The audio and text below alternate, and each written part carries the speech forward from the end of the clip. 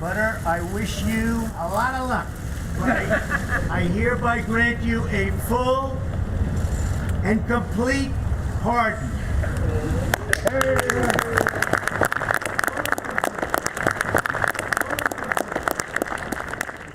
Have you ever wondered why the president has unlimited power to pardon criminals with almost no way of limiting it?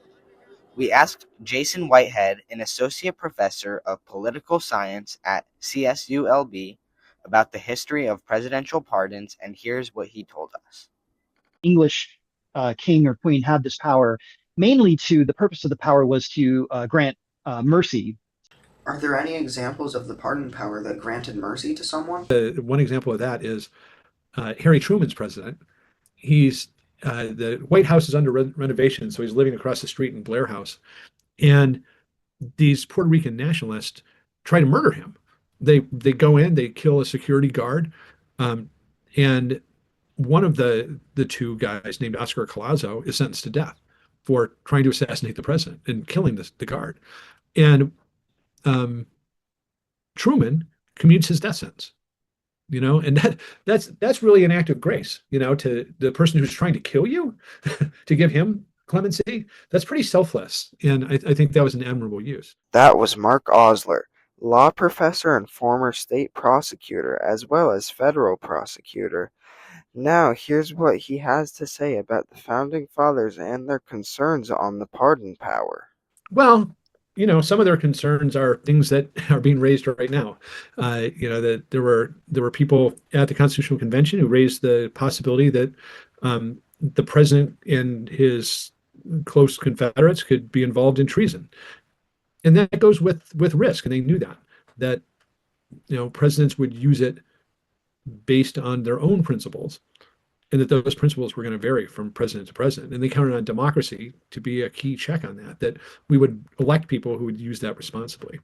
Looking at present times, we have seen many cases that have proved their fears right, as recently presidential pardons can be viewed in a similar way to the tyrannical powers of a king in England. In this video, we will explore how the presidential pardon power is used and if it is applied in a fair and just manner. So this is January 6th.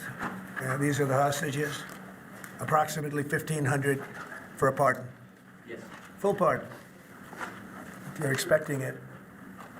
One notorious set of pardons is the January 6 pardons, which included a full pardon by President Trump of more than 1,500 individuals accused of participating in a riot at the Capitol. During the riots, 5 people were killed and countless more sent to hospital due to injury. When looking at this series of pardons, it is difficult to see an ethical reason for the pardons, considering most of the rioters who were pardoned committed serious criminal acts. Are there any other examples of questionable uses of the pardon power? Certainly Joe Biden's really broad pardon of Hunter, his son, was harshly criticized and probably should have been, especially since he promised not to do that. I'm extremely proud of my son Hunter. He has overcome an addiction. He's one of the brightest, most decent men I know, and I am satisfied that I'm not going to do anything. I said I abide by the jury decision. I will do that, and I will not pardon him. In addition, President Joe Biden pardoned his own son Hunter Biden, who faced federal gun charges as well as charges of tax evasion worth more than $1.4 million. Critics use this as an example to show how pardons can be used unfairly and show bias towards family. This is often seen as an abuse of power, as pardons were intended to serve as a tool of mercy to punishments that were too harsh, not whenever your own son gets federally charged. Although these pardons were legal, these scenarios were not how the framers intended the power to be used. Presidential pardons are still necessary because they can be used to correct injustice in the courts and promote unity in the country. Like the young men who had gone to Canada during the Vietnam War, there were a lot of things like that I had to face, but I knew pretty well what I wanted to do. Are you glad that you pardoned those people that went to Canada, the draft evaders? Yes, I am.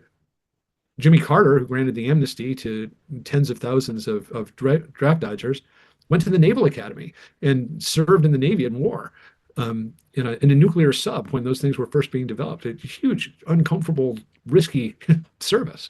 And yet here he was, you know, giving a benefit to people who avoided the draft.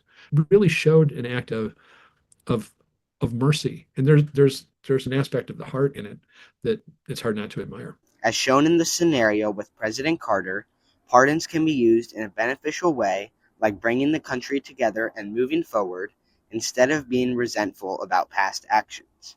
The Founding Fathers would agree with using the pardon power for unity and moving the country forward. The original intent of the presidential pardon was to provide a tool to show mercy. In contrast, modern examples can show how presidents use the power unfairly and with bias. In conclusion, if the president uses king-like powers not for grace and mercy, but instead in an unfair and unjust manner, then it is truly a king-like power.